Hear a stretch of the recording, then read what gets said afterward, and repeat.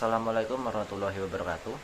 Perkenalkan, nama saya Nirvana Reza. Saya dari kelompok 4 Statistika Peternakan B.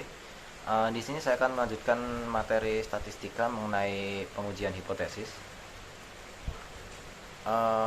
Saya akan menjelaskan apakah itu hipotesis pada umumnya. Jadi hipotesis adalah jawaban atau dugaan sementara dari masalah atau suatu penelitian. Menurut Susilo 2015, hipotesis hanya disusun pada jenis penelitian inferensial, yakni sejenis penelitian dengan pendekatan kuantitatif yang bertujuan untuk menguji. Pengujian suatu hipotesis selalu melalui teknik analisis statistik inferensial, sedangkan penelitian deskriptif tidak memerlukan secara eksplisit rumusan hipotesis.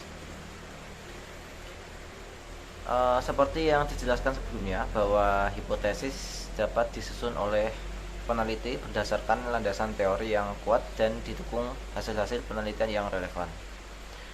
Peneliti harus memahami tentang isi bagaimana langkah-langkah dalam merumuskan suatu hipotesis penelitian.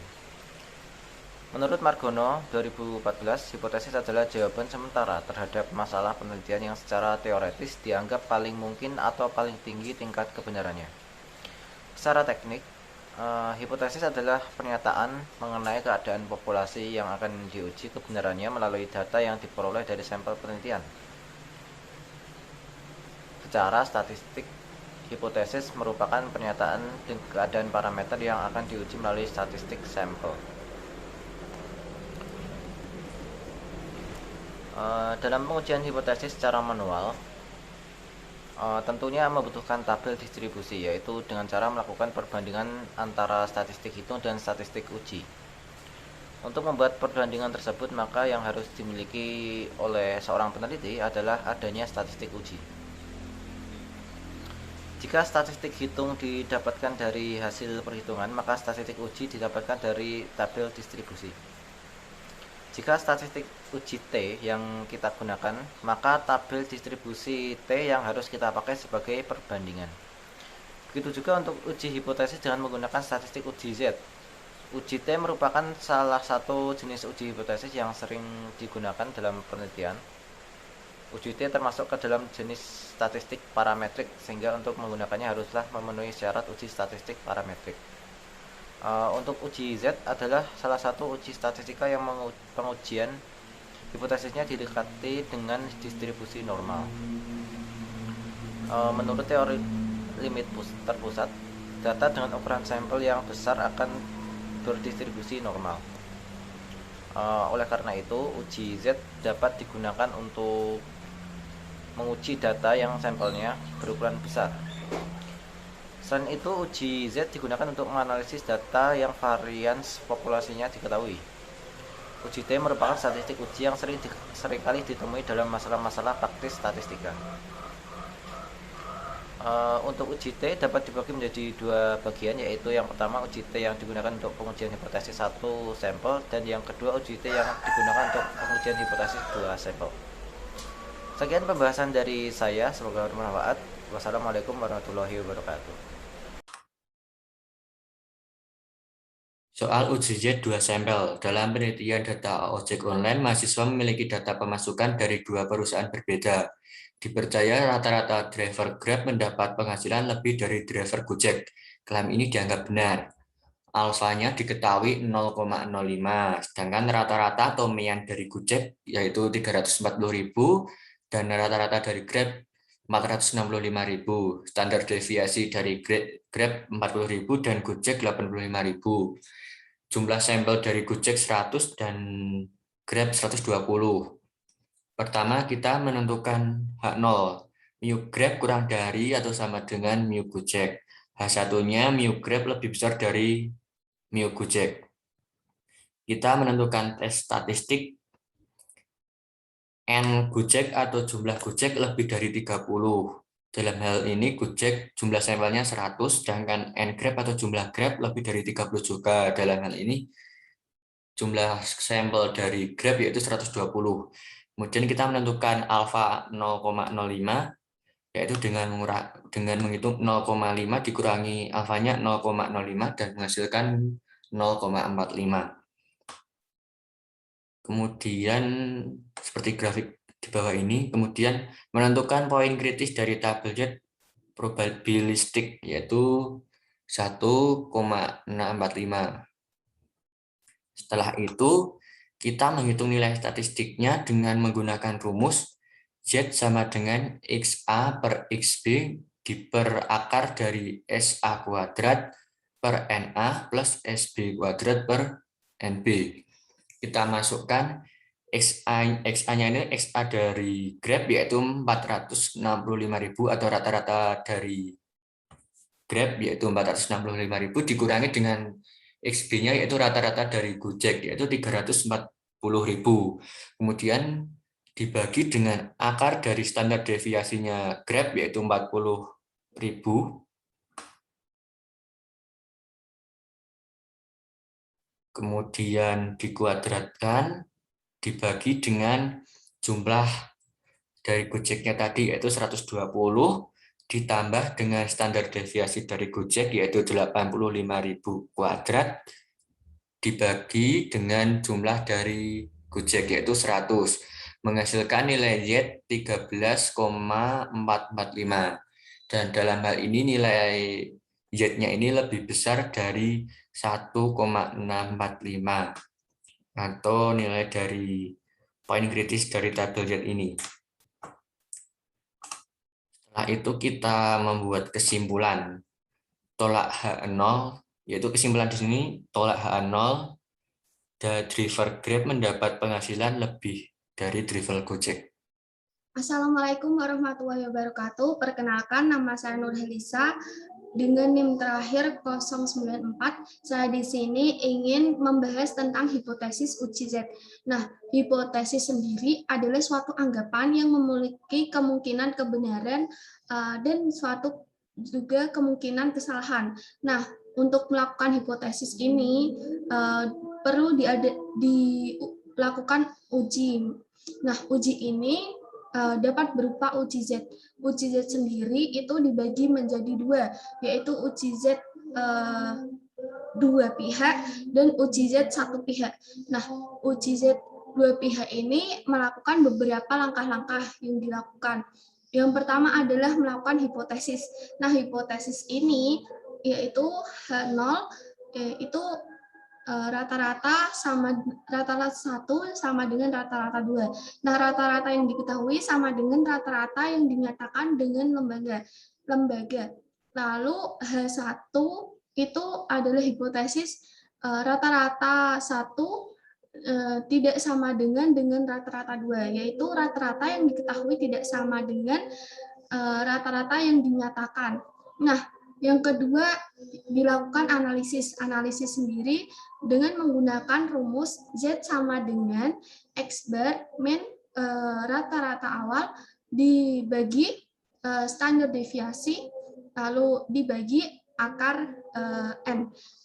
Akar N ini adalah banyaknya sampel. Tadi ini tau atau disebut juga simpangan baku. Nah, yang ketiga yaitu kita lakukan kriteria pengambilan kesimpulan. Nah, ini dilakukan dengan pernyataan sebagai berikut. Z hitung mutlak kurang dari Z tabel mutlak, maka diterima H0. Lalu yang kedua adalah Z hitung mutlak lebih dari sama dengan Z tabel mutlak, maka tolak H0 alias H1-nya itu diterima. Nah, yang terakhir adalah lakukan kesimpulan. Nah, kesimpulan ini berisi sebuah pernyataan bahwa hipotesis yang ditolak itu bahwa hipotesisnya itu ditolak atau diterima.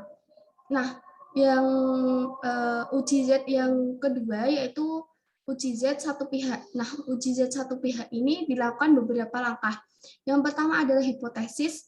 Hipotesis ini yaitu H0 sama dengan rata-rata hasil keduanya itu sama. Nah, H1 itu lebih dari ya. Jadi rata-rata hasil barang yang sama akan tetapi berbeda hasilnya dikarenakan terdapat dua perlakuan yang berbeda. Perlakuan yang pertama menghasilkan produk yang lebih tinggi dibandingkan perlakuan yang kedua.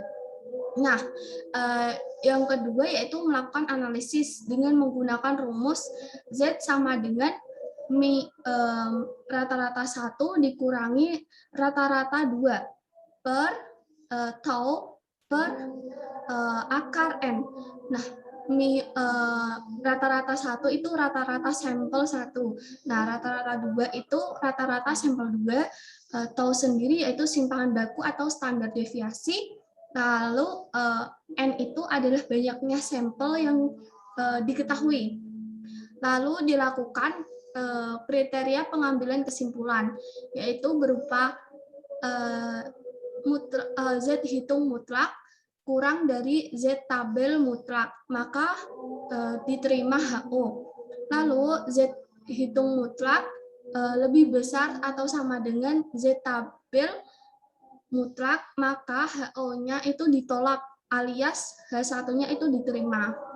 Nah, langkah yang terakhir yaitu melakukan kesimpulan. Kesimpulan ini berisi sebuah pernyataan bahwa hipotesisnya itu ditolak atau diterima. Nah, seperti itu. Mungkin selanjutnya akan dijelaskan oleh rekan saya. Terima kasih. Assalamualaikum warahmatullahi wabarakatuh. Perkenalkan, nama saya Anto. Di sini saya akan menjelaskan materi uji T. Yang pertama, materi uji T sampel independen. Pengertiannya adalah uji T untuk sampel independen merupakan prosedur uji T untuk sampel bebas dengan membandingkan rata-rata dua kelompok kasus. Hal tersebut sesuai dengan pendapat dari Kurniawan D. pada tahun 2008 yang menyatakan bahwa uji T dua sampel independen atau bebas adalah metode yang digunakan untuk menguji kemampuan kesamaan rata-rata dari dua populasi yang bersifat independen, di mana peneliti tidak memiliki informasi mengenai ragam populasi. Sesuai juga dengan pendapat dari Riyadi A. pada tahun 2016 yang menyatakan bahwa uji T sampel independen digunakan dalam uji homogenitas untuk mengetahui kesamaan variasi dari skor kedua populasi. Selain itu juga digunakan dalam uji kesamaan rata-rata kelompok kasus untuk membandingkan skor antara kedua populasi yang beragam. Kriteria data untuk uji T sampel independen ada dua. Yang pertama, satu, data untuk dua sampel bersifat independen. Yang kedua, sampel acak dari distribusi normal. B. Rumus pengujian uji T untuk varian yang sama. Untuk varian yang sama, maka bentuk rumusnya sebagai berikut. T sama dengan X bar 1 min X bar 2 per SP akar 1 per N1 plus 1 per N2. SP atau varian populasi sama dengan N1 min 1 dikali S1 kuadrat plus N2 min 1 dikali S2 kuadrat per N1 plus N2 min 2. Uji untuk varian berbeda. Untuk varian yang tidak sama, maka bentuk rumusnya sebagai berikut. T sama dengan X bar 1 min X bar 2 per akar S2 kuadrat per N2 di plus S2 kuadrat per N2. Keterangan N1 sama dengan jumlah sampel kelompok 1, N2 sama dengan jumlah sampel kelompok 2, S1 sama dengan simpangan deviasi sampel kelompok 1, S2 sama dengan simpangan deviasi sampel kelompok 2, df sama dengan derajat kebebasan atau N total min banyaknya perlakuan, dan SP sama dengan variasi populasi. Adapun alur dalam pengujian adalah sebagai berikut. Yang pertama, mencari hipotesis. HO sama dengan variansi yang sama. HA tidak sama dengan variasi tidak sama. Yang kedua, taraf signifikan. Beta sama dengan 0,05. Yang ketiga, statistik uji T sampel independen atau independent sample test. Yang keempat, kriteria keputusan. HO ditolak jika signifikan uji kurang dari. Cukup sekian yang dapat saya sampaikan. Terima kasih. Baik, perkenalkan nama saya Fitri Hanujanarko dengan NIM belakang 0134. Di sini saya akan menjelaskan mengenai uji sampel dependent. Pengertian dari uji T-sample dependent ini yaitu uji ini untuk menguji perbedaan rata-rata antara dua kelompok data yang dependent atau unit percobaan yang sama. Dan hal ini sesuai dengan pendapat dari Zuliarni S. tahun 2012 yang menyatakan bahwa uji T-sample dependent dalam hal ini yang akan digunakan adalah menentukan rata-rata populasi, yaitu dengan membagi populasi tertinggi dan populasi terendah pada kelompok kasus sehingga diperoleh nilai yang akan dijadikan sebagai variable dependent. Sesuai juga dengan pendapat dari Riyadi A. tahun 2016 yang menyatakan bahwa uji T-sampel berpasangan digunakan dalam uji keefektifan ketika membandingkan skor kenaikan dari populasi rendah dan tinggi pada masing-masing kelompok kasus yang akan diuji. Dan kriteria dari data uji T-sample dependent yaitu sama seperti uji T independent. Uji T dependent memiliki asumsi yang harus dipenuhi, yaitu yang pertama ada datanya berdistribusi normal, kemudian yang kedua kelompok data dependent atau unit percobaan sama. Dan variabel yang dihubungkan berbentuk numerik dan rumus yang digunakan sebagai berikut. Ada rumus seperti ini, T sama dengan D1 bar per SDD akar N. Dan SDD sama dengan akar T D1 min D1 bar pangkat 2 per N min 1. Kemudian untuk keterangannya yaitu D1 bar berarti rata-rata deviasi atau selisih sampel sebelum dan sesudah. SDD yaitu standar deviasi dari D atau selisih sampel sebelum dan sampel sesudah.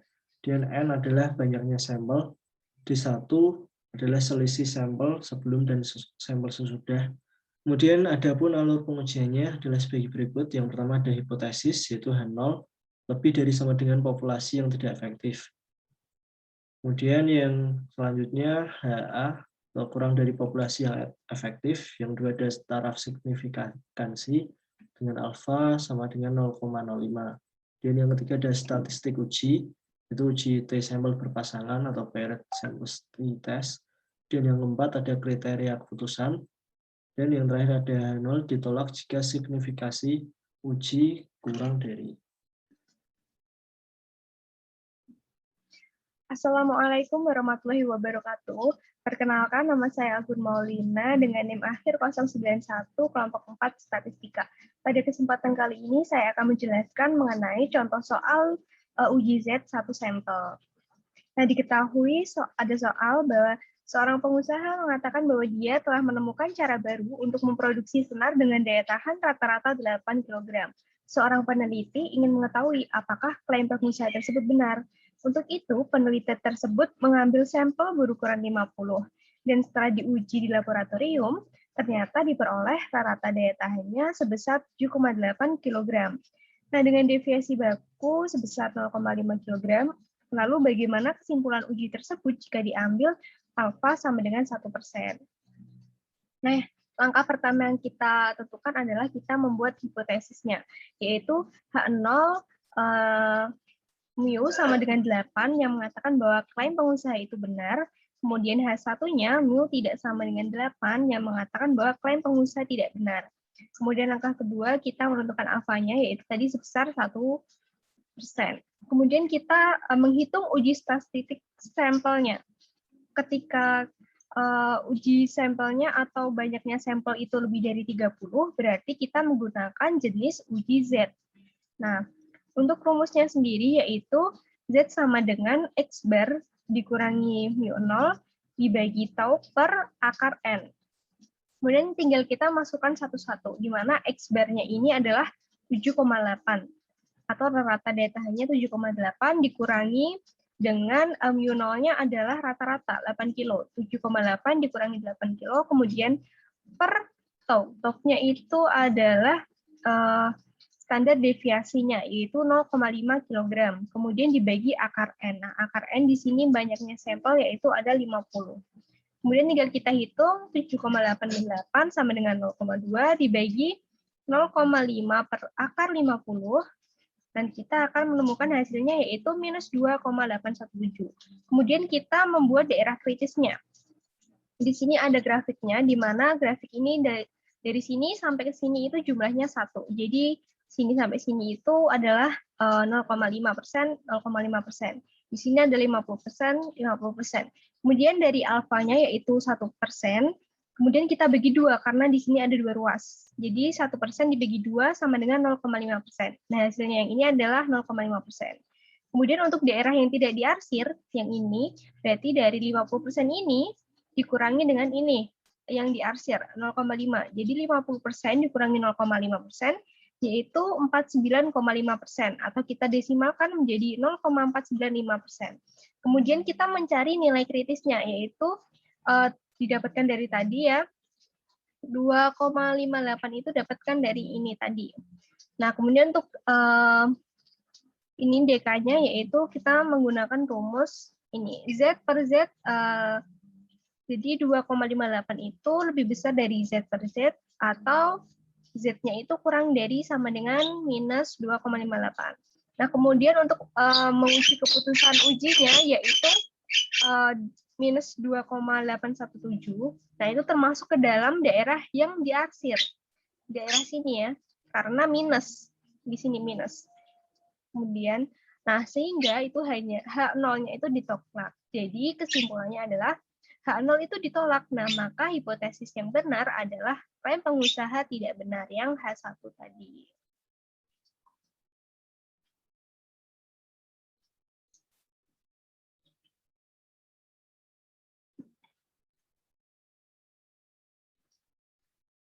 Nah, kemudian untuk contoh soal yang uji Z dua pihak, yaitu di sini ada soal dalam penelitian data ojek online, mahasiswa memiliki data pemasukan dari 2 perusahaan berbeda. Dipercaya rata-rata driver Grab itu mendapatkan penghasilan lebih dari driver Gojek. Klaim ini dianggap benar dengan alfa sama dengan 0,05 atau 5%. Nah, di sini ada tabel, jadi antara Gojek dan juga Grab, di sini rata-ratanya untuk Gojek sendiri 340.000, untuk Grab 465.000. Kemudian untuk standar deviasinya atau TOC-nya itu yang Gojek itu 85.000, sedangkan yang Grab 40.000. Kemudian untuk jumlah sampelnya sendiri, untuk yang Gojek itu 100, untuk yang Grab itu 120. Nah, langkah pertama yaitu kita menentukan hipotesisnya dulu, yaitu dengan H0, mu Grab-nya itu kurang dari sama dengan mu Gojek. Untuk H1-nya, itu mu Grab itu lebih dari mu Gojek. Nah, kemudian langkah kedua kita menentukan tes statistik. Jika ada sampelnya ini lebih dari 30, maka menggunakan uji Z. Di sini kita ketahui bahwa sampelnya adalah 100 dan 120, jadi lebih dari 30, sehingga kita menggunakan uji Z. Kemudian kita menentukan alfanya ya. Di sini kita terdapat grafik, di mana di sini grafiknya itu seperti tadi, yaitu 0,5, karena ini adalah 1, kemudian dibagi 2, yang dimana nih 0,5, di sini juga 0,5, sehingga untuk daerah yang tidak diarsir itu 0,5 dikurangi dengan alfanya 0,05. Jadi hasilnya 0,45. Kemudian kita menentukan pola kritis dari tabel Z. Ya, nanti ini dihitung menggunakan tabel dan dihasilkan probabilitasnya itu sebesar 1,645. Nah, kemudian langkah berikutnya kita menghitung nilai statistik dengan rumus untuk Z2 sampel, rumusnya yaitu XA dikurangi XB dibagi dengan akar sampel A kuadrat per NA ditambah SB kuadrat dikurangi NB. Kemudian kita masukkan di mana X-nya tadi. XA-nya adalah 465.000 dikurangi XB-nya 34.000 dibagi dengan SA kuadratnya itu sebesar 40.000 kuadrat. Dibagi dengan NA-nya. NA itu sampel yang tadi yaitu 120. Kemudian ini SB kuadratnya itu 85.500 kuadrat. Dibagi dengan NB-nya itu 100. Nah, kemudian kita mendapatkan hasil yaitu 13,445. Nah, nilai ini tuh ternyata lebih besar dari 1,645 yang dihasilkan dari tabel Z tadi. Sehingga kesimpulannya adalah ditolak. H0-nya ditolak, sehingga driver Grab ini mendapat penghasilan lebih dari Gojek. Jadi itu adalah tadi contoh soal uji Z, satu pihak dan dua pihak. Mungkin cukup sekian yang dapat saya sampaikan. Apabila ada kesalahan kata, mohon dimaafkan. Wassalamualaikum warahmatullahi wabarakatuh.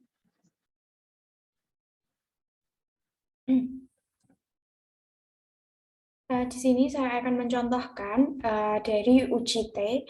Ada nomor 2, itu dengan soal sebuah kelompok studi menyatakan bahwa kekuatan rentang rata-rata tali A melebihi tali B sebesar 12 kg. Untuk menguji pernyataan tersebut, 50 tali dari masing-masing kategori diuji di bawah kondisi yang sama. Hasil uji menghasilkan bahwa tali A memiliki kekuatan rentang rata-rata 86,7 kg dengan simpangan baku 6,28 kg. Sedangkan tali B memiliki kekuatan rentang tali rata-rata 77,8 kg dengan simpangan baku 5,61 kg. Ujilah pernyataan dari kelompok studi tersebut dengan menggunakan taraf nyata 0,05. Lalu di sini kita ada hipotesis terlebih dahulu di mana H0 itu nu A dikurangi nu B itu lebih dari sama dengan 12, itu pernyataan dari kelompoknya. Dan H1 itu sama dengan nu A dikurangi nu B itu kurang dari 12, atau H0 itu sama dengan nu A dikurangi B itu lebih besar dari 12 kg atau lebih dari 12 kg, sedangkan H1 itu kurang dari 12 kg. Dari soal diketahui N A dan B itu 50, lalu ada X bar itu ada 86,7, X bar B itu 77,8, ada alpha itu 0,05, lalu ada simpangan baku A 6,28, kesimpangan baku B itu 5,61. Lalu langkah selanjutnya uji kesamaan variasi populasi, di mana H0 itu sama dengan simpangan baku A dikuadratkan itu nanti sama dengan simpangan baku B dikuadratkan. Jadi simpangan baku A sama dengan simpangan baku B. Itu merupakan hipotesis dari H0. Lalu dari H1 itu simpangan A tidak sama dengan simpangan B. Kita masuk ke F hitung, di mana simpangan baku dikuadratkan dibagi dengan simpangan baku B dikuadratkan. Berarti 6,28 dipangkatkan 2, lalu dibagi dengan 5,61 dipangkatkan 2, seperti itu. Lalu dihasilkan 1,256. Di mana angka tersebut merupakan lalu F hitung sudah ketemu, yaitu 1,256. Lalu kita masuk ke F tabel, di mana 0,05 itu sama dengan 1,61 yang tertera di F tabel. Jadi dapat disimpulkan bahwa F hitung itu kurang dari F tabel, di mana keputusannya itu H0 gagal ditolak atau H0 itu diterima. Seperti itu. Berarti jika H0 diterima, itu menyatakan bahwa nu A min nu B itu lebih besar dari 12. Lalu kita masuk ke uji T, di mana terdapat rumus X bar A min X bar B dikurangi dengan D0, dibagi dengan simpangan SP di akar, lalu 1 min NA ditambah 1 min NB, di mana X bar-nya diketahui 86,7 dikurangi 77,8, lalu D-nya itu adalah 12, lalu untuk SP-nya sendiri itu ada 5,95, N-nya itu kan masing-masing 50, jadi 1/50 ditambah 1/50 itu dikuadratkan, menghasilkan min 2,60. Lalu SP kuadrat itu ada rumus SA kuadrat NA-1 ditambah SB kuadrat NB-1 dibagi dengan NA tambah NB-2. Atau itu DF-nya. Seperti itu. Berarti SA-nya itu 6,28 dikuadratkan, lalu 50 min 1 ditambah dengan 5,61 dikuadratkan, 50 min 1 dibagi dengan 50 tambah 50 dikurangi dengan 2, atau 98. Berarti didapatkan yaitu 35,46. Itu untuk untuk SP-nya. Lalu kita masuk ke T tabel. Itu akan didapat min 1,661, di mana T hitung itu kurang dari T tabel. Jadi keputusannya itu H0 itu ditolak. Jadi kesimpulannya pernyataan dari kelompok studi itu salah. Jadi rentang rata-rata tali A itu tidak melebihi dari tali B, seperti itu. Terima kasih, untuk selanjutnya akan dilanjutkan oleh rekan saya. Kesimpulan dari praktikum di atas berdasarkan penjelasan dapat disimpulkan bahwa hipotesis merupakan dugaan mengenai keadaan populasi yang sifatnya sementara. Pengujian hipotesis adalah suatu prosedur yang dilakukan dengan tujuan memutuskan apakah menerima atau menolak hipotesis tersebut. Dalam pengujian hipotesis menggunakan uji Z dan uji T. Uji Z adalah uji hipotesis statistik yang mengikuti distribusi normal, sedangkan uji T mengikuti distribusi T. Uji Z digunakan untuk ketika ukuran sampel besar, yaitu N lebih besar dari 30, dan uji T sesuai ketika ukuran sampel kecil, dalam arti bahwa N atau jumlahnya kurang dari 30.